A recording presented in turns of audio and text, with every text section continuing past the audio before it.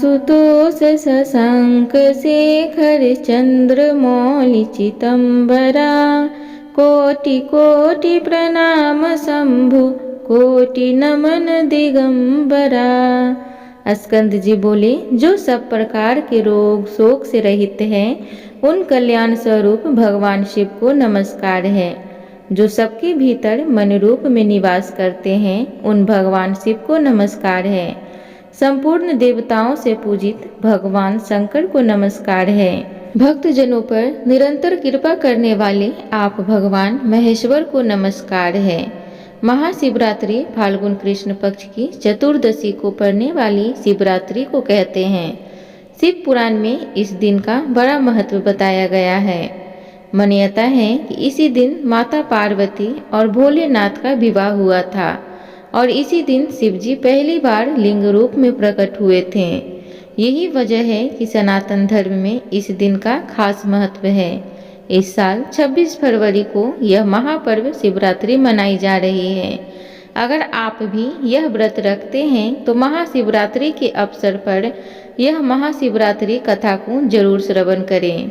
अगर आप व्रत नहीं रखते हैं तब भी महाशिवरात्रि की कथा को जरूर पढ़ें या श्रवण करने से पुण्य के भागी बनोगे। तो चलिए हर हर महादेव कहते हुए कथा को आरंभ करते हैं। एक बार माता पार्वती ने शिव शंकर से पूछा, ऐसा कौन सा श्रेष्ठ तथा सरल व्रत पूजन है जिससे मृत्यु लोक के प्राणी अपनी कृपा सहज ही प्राप्त कर लेते हैं। उत्तर में शिवजी ने माता पार्वती को शिवरात्रि के व्रत का विधान बताकर यह कथा सुनाई। एक गांव में एक शिकारी रहता था। पशुओं की हत्या करके वह अपने कुटुंब को पालता था। वह एक साहूकार का ऋणी था, लेकिन उसका ऋण समय पर न चुका सका। क्रोधवश साहूकार ने शिवरात्रि को शिव मठ में बंदी बना लिया। संयोग से उस दिन शिवरात्रि थी। शिकारी ध्यान मग्न होकर शिव संबंधी धार्मिक बातें सुनता रहा। चतुर्दशी को उसने शिवरात्रि की कथा भी सुनी।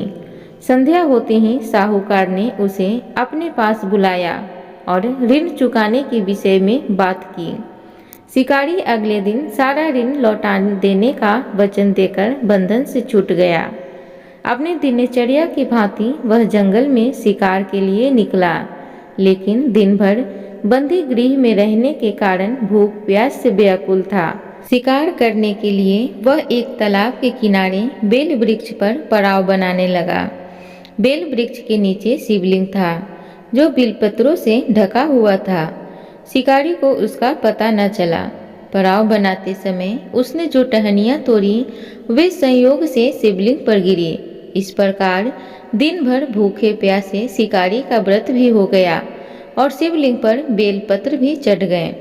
एक पहर रात्रि बीत जाने पर एक गर्भविनी मृगी तालाब पर पानी पीने पहुंची। शिकारी ने धनुष पर तीर चढ़ाकर ज्यों ही प्रत्यंचा खींची। मृगी बोली, मैं गर्भविनी हूँ, शीघ्र ही प्रसव करूंगी। तुम एक साथ 2 जीवों की हत्या करोगे, जो ठीक नहीं है। मैं अपने बच्चे को जन्म देकर शीघ्र ही तुम्हारे सामने प्रस्तुत हो जाऊंगी, तब तुम मुझे मार लेना। शिकारी ने प्रत्यंचा ढीली कर दी और मृगी झाड़ियों में लुप्त हो गई। कुछ ही देर बाद एक और मृगी उधर से निकली। शिकारी की प्रसन्नता का ठिकाना न रहा। समीप आने पर उसने धनुष पर बाण चढ़ाया। तब उसे देख मृगी ने विनम्रता पूर्वक निवेदन किया, हे पार्थी, मैं थोड़ी देर पहले ही ऋतु से निवृत्त हुई हूँ, कामातुर विरहिणी हूँ, अपने प्रिय की खोज में भटक रही हूँ। मैं अपने पति से मिलकर शीघ्र ही तुम्हारे पास आ जाऊंगी। शिकारी ने उसे भी जाने दिया। 2 बार शिकार को खोकर उसका माथा ठनका। वह चिंता में पड़ गया। रात्रि का आखिरी पहर बीत रहा था। तभी एक अन्य मृगी अपने बच्चों के साथ उधर से निकली। शिकारी के लिए यह अच्छा अवसर था। उसने धनुष पर तीर चढ़ाने में देर न लगाई। वह तीर छोड़ने ही वाला था कि मृगी बोली, हे पार्थी, मैं इन बच्चों को पिता के हवाले करके लौट आऊंगी। इस समय मुझे मत मार। शिकारी हंसा और बोला, सामने आए शिकारी को छोड़ दूं? मैं ऐसा मूर्ख नहीं। इससे पहले मैं 2 बार अपना शिकार खो चुका हूँ। मेरे बच्चे भूख प्यास से तड़प रहे होंगे। उत्तर में मृगी ने फिर कहा, जैसे तुम्हें अपने बच्चों की ममता सता रही है, ठीक वैसे ही मुझे भी। इसलिए सिर्फ बच्चों के नाम पर मैं थोड़ी देर के लिए जीवन दान मांग रही हूँ। हे पार्थी, मेरा विश्वास कर, मैं इन्हें इनके पिता के पास छोड़कर तुरंत लौटने की प्रतिज्ञा करती हूँ। मृगी का दीन स्वर सुनकर शिकारी को उस पर दया आ गई। उसने उस मृगी को भी जाने दिया। शिकार के अभाव में बेल वृक्ष पर बैठा शिकारी बेल पत्र तोड़ तोड़ के नीचे फेंकता जा रहा था। पौ फटने की हुई तो एक हष्ट पुष्ट मृगी उसी रास्ते पर आया। शिकारी ने सोच लिया कि इसका शिकार वह अवश्य करेगा। शिकारी की तनी प्रत्यंचा देखकर मृग विनती स्वरूप में बोला, हे पार्थी भाई, यदि तुमने मुझसे पूर्व आने वाली 3 मृगियों तथा छोटे छोटे बच्चों को मार डाला है तो मुझे भी मारने में विलंब न करो, ताकि उनके वियोग में मुझे एक क्षण भी दुख न सहना पड़े।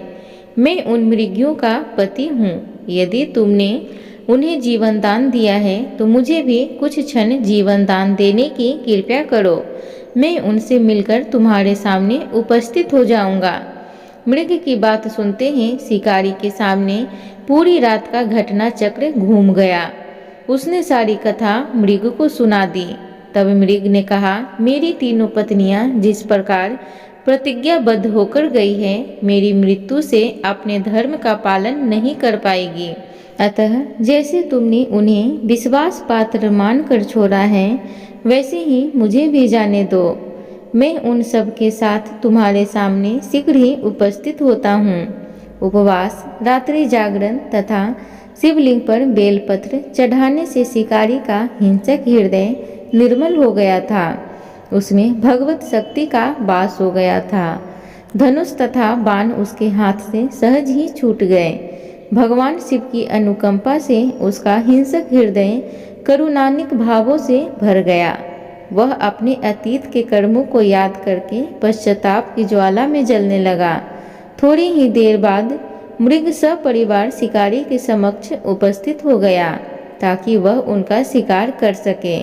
किंतु जंगली पशुओं की ऐसी सत्यता, सात्विकता एवं सामूहिक प्रेम भावना देखकर शिकारी को बड़ी ग्लानि हुई। उसके नेत्रों से अश्रु की छड़ी लग गई। उस मृग परिवार को न मारकर शिकारी ने अपने कठोर हृदय को जीव हिंसा से हटा के सदा के लिए कोमल एवं दयालु बना लिया। देवलोक से समस्त देव समाज भी इस घटना को देख रहा था। घटना की परिणति होते ही देवी देवताओं ने पुष्प वर्षा की। तब शिकारी तथा मृग परिवार मोक्ष को प्राप्त हुआ। एक बार बोलिए हर हर महादेव। प्रिय श्रोतागणों, उम्मीद करूंगी आप सबको महाशिवरात्रि की कथा अच्छी लगी होगी। तो कृपया करके चैनल को जरूर सब्सक्राइब करें, वीडियो को लाइक करें, कमेंट बॉक्स में हर हर महादेव जरूर लिखें और अपने परिवारजनों के साथ इस वीडियो को जरूर शेयर करें।